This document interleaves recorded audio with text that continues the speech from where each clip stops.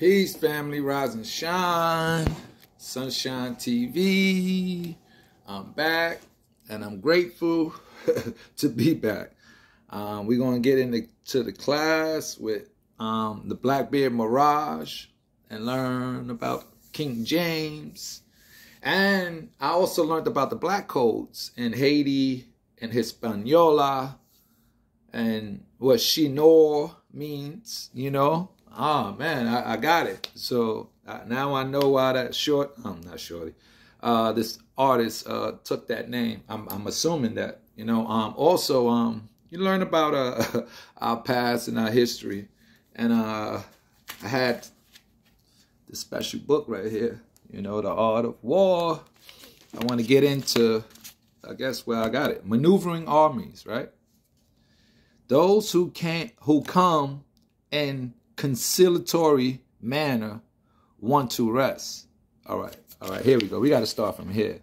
To be violent at first and wind up fearing one's peoples is the omnipotent and ineptitude. Those who come in a conciliatory manner want rest. When forces angrily confront you but delay engagement, yet do not leave, it is imperative to watch them carefully. You better watch them. They are preparing a surprise attack. In military manner, it is not necessarily beneficial to leave more strength, only to avoid acting aggressively. It is enough to consolidate your power, assets, opponents, and get people. That is all. The individualist without strategy who takes opponents lightly will inevitably become the captive of others. Woo! You hear that? Oh my gosh, this book is so powerful. I love it. All right, so I hope you got that wisdom. You know what I'm saying? Watch when they start rolling and setting up like they always do. You know, because they always do it in plain sight.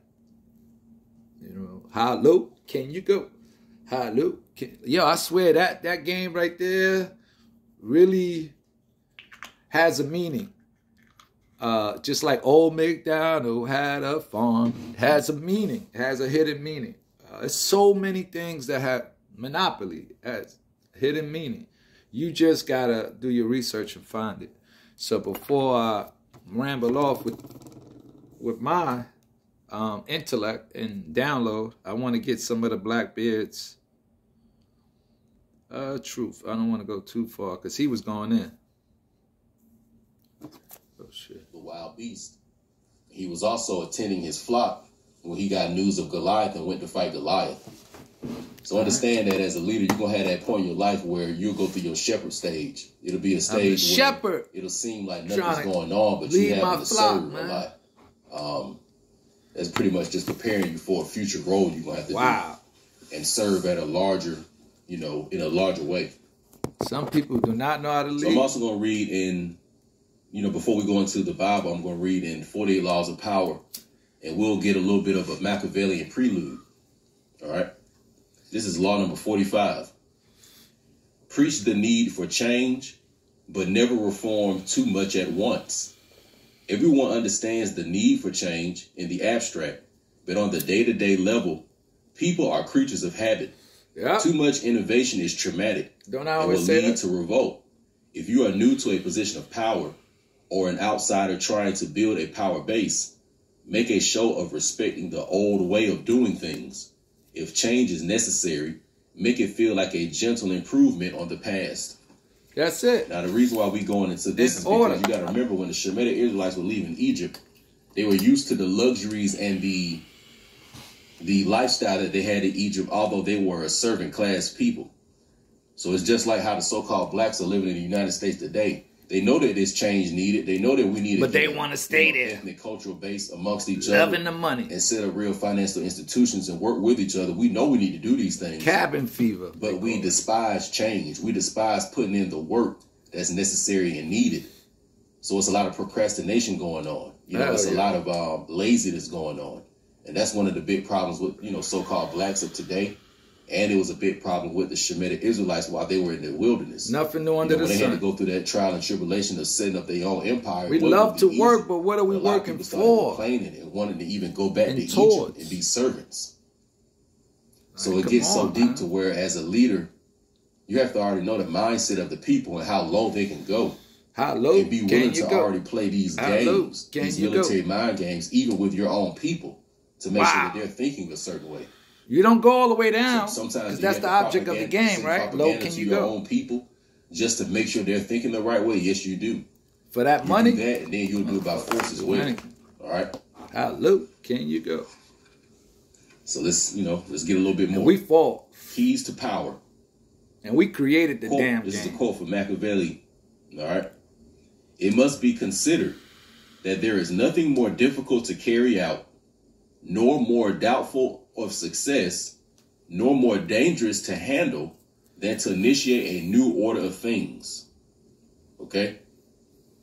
Human psychology contains many dualities. One of them being that even while people understand the need for change, knowing how important it is for institutions and individuals to be occasionally renewed, they are also irritated and upset by changes that affect them personally. They called me yesterday. They know that change is necessary, that novelty provides relief from boredom, but deep inside they cling to the past. Change in the abstract or superficial change they desire, but a change that upsets core habits and routines is deeply disturbing to them. No revolution has gone without a powerful later reaction. Wow, he's a Gemini. For in the long run, the void it creates proves too unsettling to the human animal, who unconsciously associates such Geminis. We all over the place, man. Always great leaders. The opportunity for change and renewal seduces people to the side of revolution. But once their enthusiasm fades, which it will, they are left with a certain emptiness. Yearning for the past, somebody's born they June create 19th. An opening for it to creep back in. I think it's my sister. For Machiavelli, the prophet who preaches and brings change can only survive by taking up arms. When the masses inevitably yearns for the past, he must be ready to use force. Yeah. But the armed prophet cannot last long unless he quickly creates a new set of values and rituals to replace the old ones and to soothe the anxieties of those who dread change. It is far easier and less bloody to play a kind of con game. Preach change as much as you like, and even enact your reforms, but give them the comforting appearance of older events and traditions. So what we have right here is a Machiavellian principle that you're going to find out Moses is going to use. So we're going to look into the history in the book of Numbers, and we're going to see Moses use these Machiavellian tactics against the Shemitic Israelites. And a lot of it is going to be to cleanse and wipe out a lot of the complainers and the murmurers, and a lot of the weak Israelites who people that complain. The Most High did not want to make it into the promised land. Always so you got to remember that, just like today's so-called blacks, they despise that change. And anybody that were to come to them that starts, talking about change, as Machiavelli says, only will survive by taking up arms. Okay? Be the fox to see the just traps, some of this in and mind, the lion is scared of wolves. When Machiavelli talks about, the prophet who preaches I and love brings that about shit. change. This is a good segue into Moses. Okay? He about to go we can use Moses as the example of that prophet or that leader. All right? And then it said, I love the channel Blackbeard Miraj. All right? You can find him on YouTube. I don't know if he got Instagram. But I hope y'all got something out of my class. Stay balanced. Peace, love, and light.